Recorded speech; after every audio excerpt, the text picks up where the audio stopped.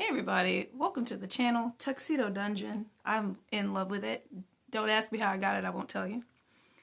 First video with the Motorola and also the first video I'm recording with these headphones. I've actually had these headphones for I think over a year now. But you know, the Samsung didn't have a headphone jack, but the Motorola does. So here we are. And my other phone does too. But I'm glad to be back in headphone jack land because just depending on Bluetooth headphones and Bluetooth speakers, it's a lot of charging, just the charging alone, honestly, having to keep up with that. Wired headphones for the win. We're bringing back the classics. So today I would like to discuss this phenomenon of white women being racist while being recorded, and between Shiloh Hendrix and the Cinnabon lady. This isn't a video talking about the lucrative history of racism in America. There are plenty of historians that can explain that to you better than I can. This is explaining where we are now with how social media works and how everybody has a phone in their pocket. Like this one little device that does so many things. But we know that the lucrative history of racism in America traces back way further than, and it's like that's how we got to where we are.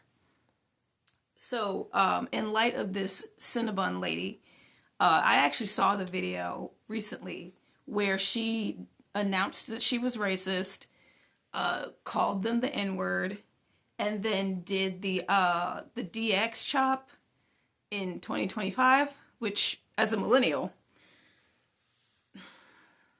other millennials know what I'm talking about. And then like called her ugly, called her a bitch, flipped them off, all this here. It was especially egregious, and I would even argue more egregious than the average racist. Like regular racist behaviors, you just kind of do it in passing, but she made a whole production out of it because she was being recorded, obviously. And I feel like she definitely went the way of Shiloh Hendrix. And this is what happens when you don't tell the whole story. Because the thing that people are failing to announce is that Shiloh Hendrix has since been found in her hiding, and a court date has been set. They're going forward with the charges that are being pressed by the family of the boy in the park, and she has more charges coming up from people that she's previously harassed.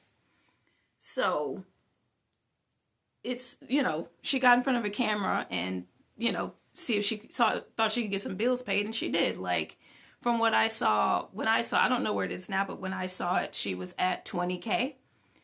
But I think because of what happened with Shiloh Hendrix, they caught up with her a lot faster, because it was like the next day they knew that her kids were mixed race. And that's also what happened with Shiloh Hendrix. I don't know how many kids Shiloh has, but it turns out that there's a black husband involved. And people were actually like, surely you're not going to give the Cinnabon lady money after what happened with Shiloh Hendrix, after she got that money, made that video saying that she's not going to be a public figure, and went into hiding. And then y'all found out she has a black husband. And now she has been apprehended and there's been a court date set. But sure enough, some racists gave her money. Of course, they left their hateful comments.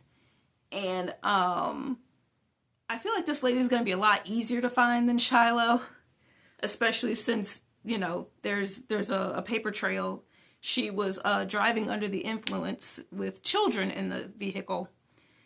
And it's like I said earlier in the video, the lucrative history of racism in America that got us to where we are now, also mixed in with the unique way that white women participate in white supremacy and also get to weaponize their children's safety, their children's well-being, so on and so forth. And being here in 2025 where a lot of people are mixed race, and we're going to see more of that going forward. There's no stopping it. And 9 times out of 10, a white woman is going to have mixed race children here in 2025. The redlining actually didn't work. Who'd have thunk it? I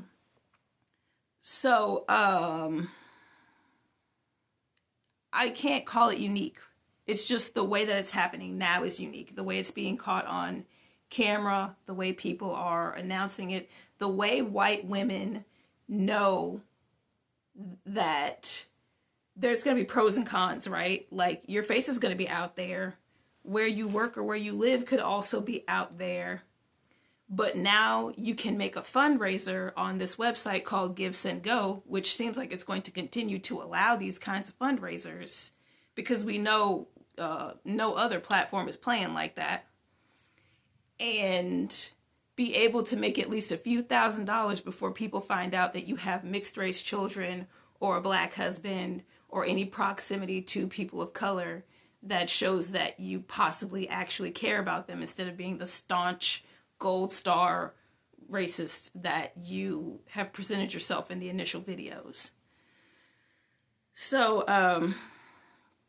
as somebody who is directly affected by this, like, knowing that white people, particularly white women, as of right now, are preying on black people's trauma and are absolutely counting on black people pulling out their phones and recording them and posting it on social media, so then they can play the victim, make a Givesendgo, and get a few dollars before they get found out of being in proximity of black and brown people. There's always been a market based off of our suffering. It just kind of seems like we are more willingly participating in it. But black people now know, not that this has happened twice, we now know going forward that you are doing this for the applause. You are trying to get out of your minimum wage job. You are trying to, you're trying to use racism to get out of poverty, because Givesendgo is the only platform that's going to allow this, based on what we've seen so far. And we've just gone to the modern age of the classic lucrative racism.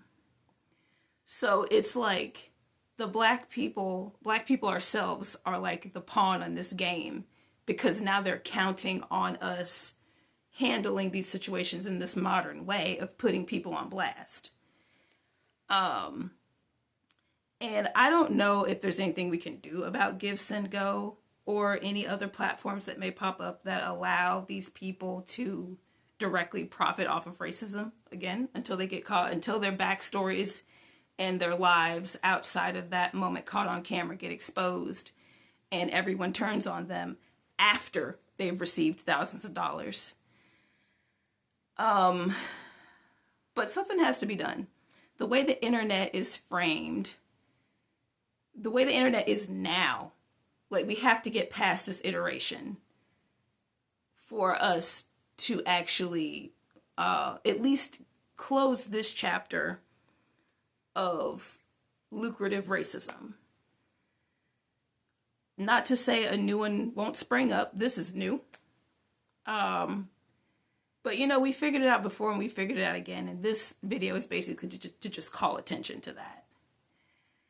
So, yeah, go forward, Godspeed, and make racists afraid again.